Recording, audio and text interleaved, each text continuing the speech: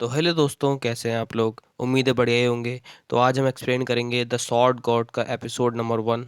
तो कहानी की शुरुआत में हमें दिखाया जाता है कि दो बहुत बड़े पहाड़ों पर दो लोग लड़ाई कर रहे होते हैं। उनमें से एक हमारा मेन प्रोटैगनिस्ट होता है और दूसरा एक बुढ़ा मास्टर होता है। फिर हमें दिखाया जाता है कि हमारा मेन प्रोटैगनिस्ट उस बुढ़े मास्टर पर डोमिनेट कर रहा होता है और फिर हमारा मेन प्रोटैगनिस्ट उस बुढ़े मास्टर पर अपनी स्वॉर्ड से एक स्ट्राइक लगाता है, जिसके इम्पैक्ट से वो बुढ़ा मास्टर पहाड़ से जाकर टकराता है।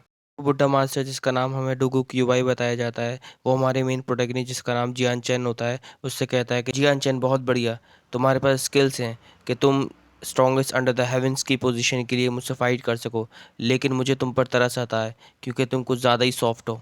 फिर जियान चैन सोच रहा होता है कि डैम इट, मैंने उसको डिस्ट्रॉय करने के चक्कर में अपने आप को भी नुकसान पहुंचा लिया। फिर जियान चैन उस बुड्ढे मास्टर की बात को सुनने के बाद कहता है, तुम्हें मुझ पर तरस आ रहा है तो ठीक है, मेरे पास अब कोई दूसरा रास्ता नहीं बचा, अब तुम मेरी अल्टीमेट सॉर्ड आर्ट का मजा चखोगे। इतना कहने के बाद फिर जियान चैन कहता है, viridescent violet sword technique, break and arise, God's imperial sword shatter the world and my soul. ये सब कहते हुए जियान चैन बहुत जोर से चीख रहा होता है और उसके अंदर से स्पिरिचुअल ऑरा निकल रहा होता है, उसके अंदर से लाइटनिंग निकल रही होती है और वो सब लाइटनिंग सॉर्ड के अंदर जाते हुए सॉर्ड में हलचल होने लगती है और सॉर्ड में हलचल होते हुए फिर वो सॉर्ड उड़ते हुए बुड्ढे मास्टर की तरफ जाती है और उसे बहुत ज़ोर से जाकर टकराती है। और फिर हमें दिखाया जाता है उस शॉट के अटैक के इम्पैक्ट से उस डुगी क्यूबाई के पेट में एक बहुत बड़ा होल हो जाता है और वो मरते हुए कहता है, एक नियर डेथ ब्रेक थ्रू कैसे पॉसिबल है, ये हो ही नहीं सकता। और फिर उस अटैक को करने के बाद भी हमारे ज्ञान चैन की हालत बहुत ज़्यादा ख़राब हो जाती है और वो नीचे गिरने लगता है और वो भी मरने वाला होता है। फिर उसकी निगाह आसमान की तरफ जाती है, वो कहता है, ये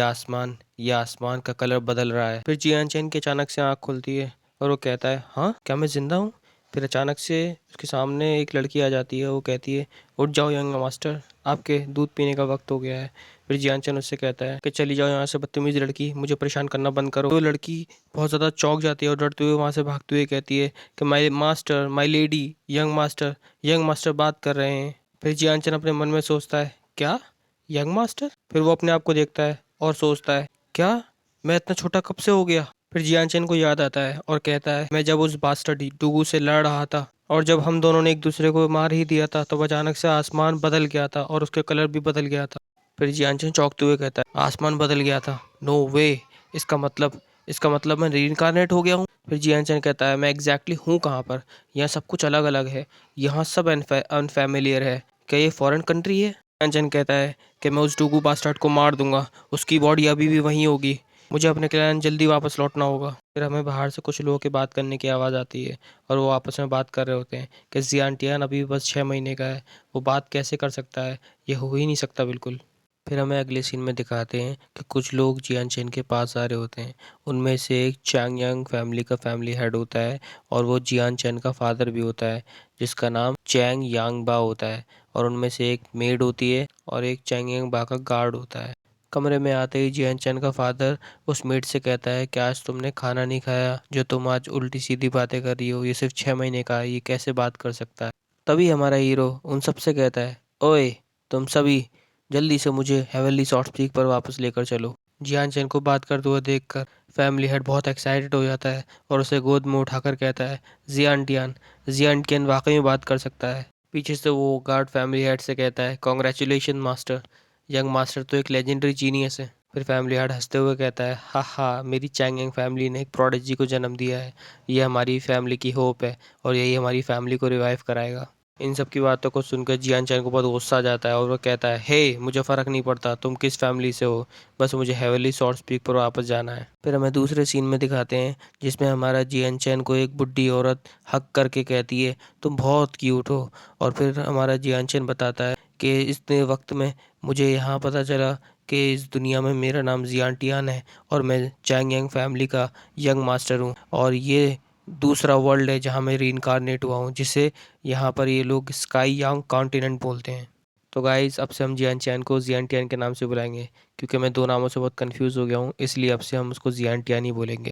और आगे फिर जियान टियान हमें कहता है कि मुझे अभी भी अपनी पास की सारी मेमोरी याद है और मैं कोई ना कोई रास्ता अपने वर्ल्ड में जाने का ढूंढ ही लूँगा और मुझे इसके लिए ताकतवर बनना होगा और ताकतवर बनने के लिए मुझे अपनी सॉर्ड आर्ट को प्रैक्टिस करना होगा, क्योंकि इस वक्त मुझे मेरी दूसरी टेक्निक को मास्टर करने का कोई फ़ायदा नहीं है, क्योंकि वो बहुत ज़्यादा पावरफुल हैं और मैं इस वक्त उन्हें कल्टीवेट नहीं कर सकता। फिर हमें डायरेक्टली 3 साल बाद का वक्त दिखा दिया जाता है, जिसमें हमारा जियांटियन पूरे 3 साल 6 महीने का हो गया होता है और उसका आज टैलेंट टेस्ट होने जा रहा होता है, जिसमें स्टोन पर हाथ रखकर स्पिरिचुअल एनर्जी को चेक किया जाता है। उससे पता चलता है कि उस शख्स के अंदर कितना स्पिरिचुअल टैलेंट है। जियांटियन कहता है, चैंग यंग फैमिली एबिलिटी टेस्ट शुरू हो गया। मैं 3 सालों से प्रैक्टिस कर रहा हूँ और आज मैं डेफिनेटली सबको शॉक कर दूंगा। फिर एक सीनियर एल्डर, जिनका नाम अंकल डी होता है, जियांटियन से कहते हैं, यंग मास्टर, अपने हाथ को स्टोन पर रखिए। फिर जियांटियन अपना हाथ स्टोन पर रखता है तो स्टोन पर एक एनर्जी का क्रॉस बन जाता है। जियांटियन सोचता है ये क्या है। फिर जियांटियन उन सीनियर एल्डर से पूछता है, इस साइन का क्या मतलब है, क्या ये बहुत कूल साइन है। फिर वो सीनियर एल्डर थोड़ा घबराते हुए कहते हैं, ये टेस्ट ख़त्म हुआ। यंग मास्टर स्पिरिट एबिलिटीज़ को ट्रेन नहीं कर सकते, इसका मतलब यंग मास्टर क्रिपल हैं। ये सुनकर जियांटियन के तो तोते उड़ जाते हैं और वो सोचता है, क्या मैं क्रिपल हूँ। सो दैट्स इट गाइस, आज का एपिसोड यहीं ख़त्म करते हैं। ये मेरे चैनल का पहला वीडियो है, तो मुझे इसे एडिट करने में और एक्सप्लेन करने में बहुत मुश्किल हुई है। उम्मीद है आपको पसंद आएगी और सपोर्ट दिखाइएगा प्लीज़ गाइस। नेक्स्ट एपिसोड मैं बहुत जल्दी अपलोड करूँगा। Don't forget to like, comment, and subscribe. Thank you for watching, guys.